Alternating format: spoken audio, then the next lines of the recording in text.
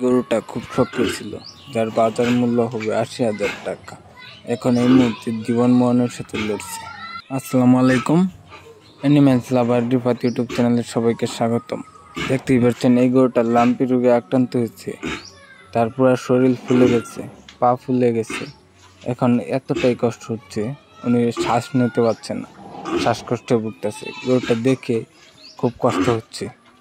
আসলে আপনারা হয়তো দূর থেকে দেখছেন, ক্যামেরায় সেরকম বোঝা যাচ্ছে না।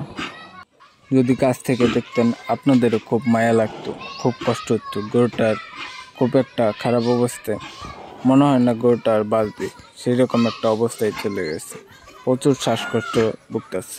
আরেকটা কথা আপনাদেরকে জানাই, এই গরুটা ১ সপ্তাহ তো বেশি সময় ধরে অসুস্থ, তেমন কিছু খাইতে পারে না, শরীরটা খুবই খারাপ, যা কাছে থেকে দেখতে পেলে অনুভব করতে পারতেন।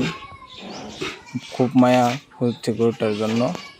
কাছ থেকে না দেখলে আসলে বোঝা যাবে না যে গরুটা কত কষ্ট হচ্ছে।